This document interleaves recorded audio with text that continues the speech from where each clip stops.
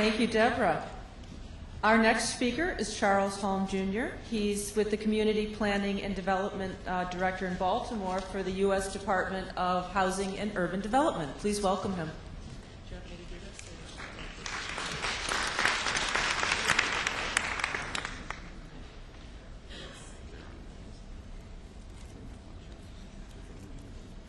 Either way.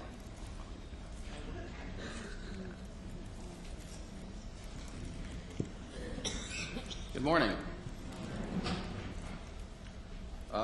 I'm from HUD, Community and Planning and Development. The slide should say grant programs. Somewhere, there it is. Okay. We're not the part of HUD that insures your mortgages, FHA. We're not the part that administers public housing and Section 8 certificates.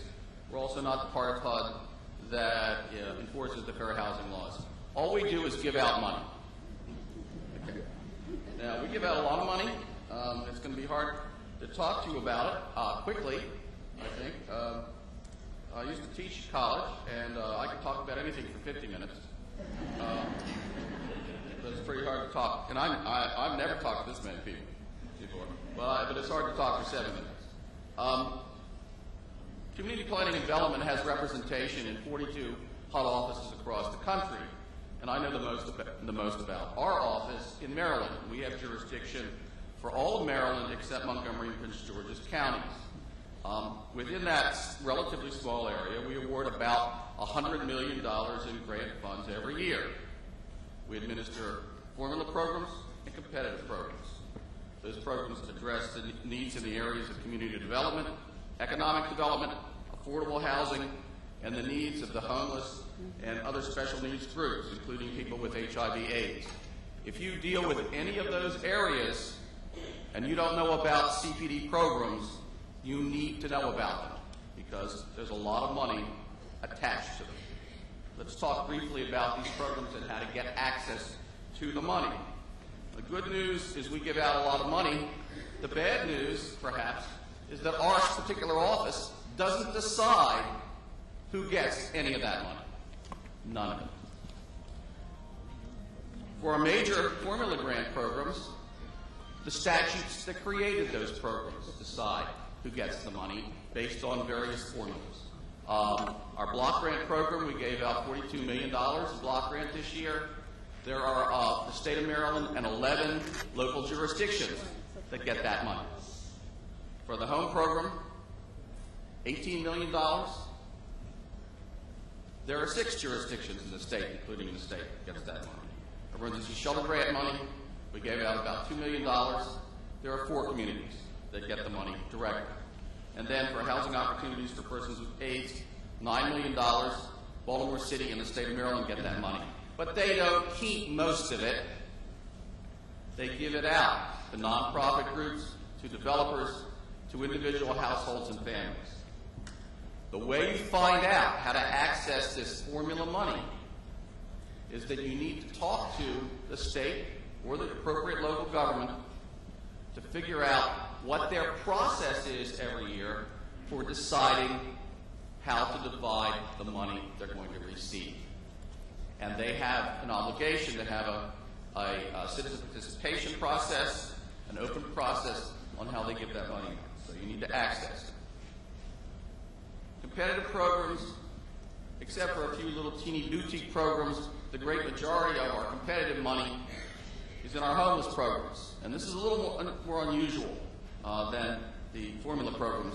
In this case, applications are submitted by coalitions of nonprofit or local government housing providers, service providers for the homeless in what's called a continuum of care application. So if you want to access any of the homeless money, you need to get involved in the continuum of care process within your jurisdiction. And what money are we talking about here? We're talking about the supportive housing program. Last year, we gave out about $18 million in that program in the state of Maryland. And the Shelter Plus Care program, which is mostly a rental subsidy program, $10 million. A lot of money. Now, we have a few non-homeless competitive programs that can be accessed directly by nonprofits without having to go through some sort of other arrangement. Some of these are very closely targeted, as you can see by the list up there. What's new in CPD? What's new? We actually have some new money. The Housing and Economic Recovery Act of 2008, which was signed in late July, probably the most important community development and housing legislation in the last dozen years, created two programs that are new. One is a neighborhood stabilization program, and the reason I put that in quotes up there is that HUD hasn't formally named it that, but all people across the country are calling it that. It's $3.9 billion, one big chunk of HUD money to try to address the foreclosure crisis, to put money in the hands of states and local governments to buy properties, to rehab properties, to demolish properties. Now, this is a little tricky because the grantees have not yet been determined. HUD hasn't decided how many they're going to be. We know the state's going to be a grantee, and we suspect probably Baltimore City and one or more counties will be grantees. And we think that all these governments that are getting awarded the money will try to have as open a process as possible because they're going to need help spending this money in a fairly short period of time. The second program created by the Housing and Economic Recovery Act was the Housing Trust Fund program.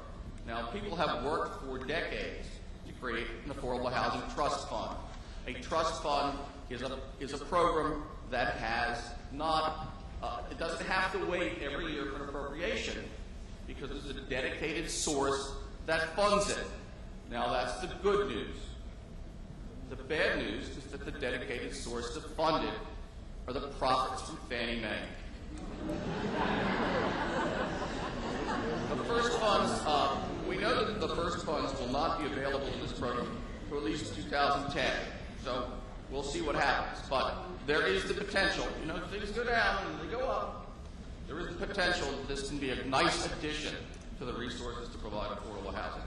Well, how do you find out about all these contacts? Well, you can find out about the programs themselves by going to HUD's website for CPD.